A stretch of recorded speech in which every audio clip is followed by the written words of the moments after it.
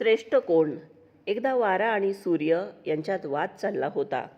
वारा म्हणाला, मी तुझ्यापेक्षा बलवान आहे. सूर्य म्हणाला, नाही, तू मुळीच माझ्यापेक्षा बलवान नाहीस. तेवढ्यात जगप्रवासासाठी निघालेला एक यात्रेकरू तिथून जात असताना त्यांनी पाहिले. त्याने आपल्या अंगावर एक घट्ट शाल पांघरली होती. त्या प्रवाशाला अंगावरची शाल जो अंगावरून काढायला भाग पाडील तो सर्वशक्तिमान ठरेल, असे दोघांच्यात ठरले. पहिला डाव वाऱ्याने घेतला.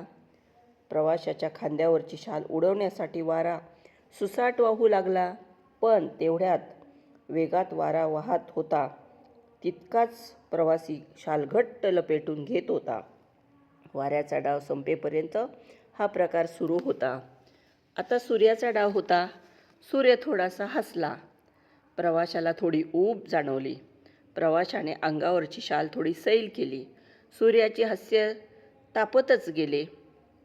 तसे फार गरम वाटू लागले. आता प्रवाशाला अंगावरची शालीची गरज वाटेनाशी झाली. त्याने अंगावरून शाल काढली आणि हातात धरली. अशा प्रकारे अखेरीस सूर्यच सर्वशक्तिमान ठरला.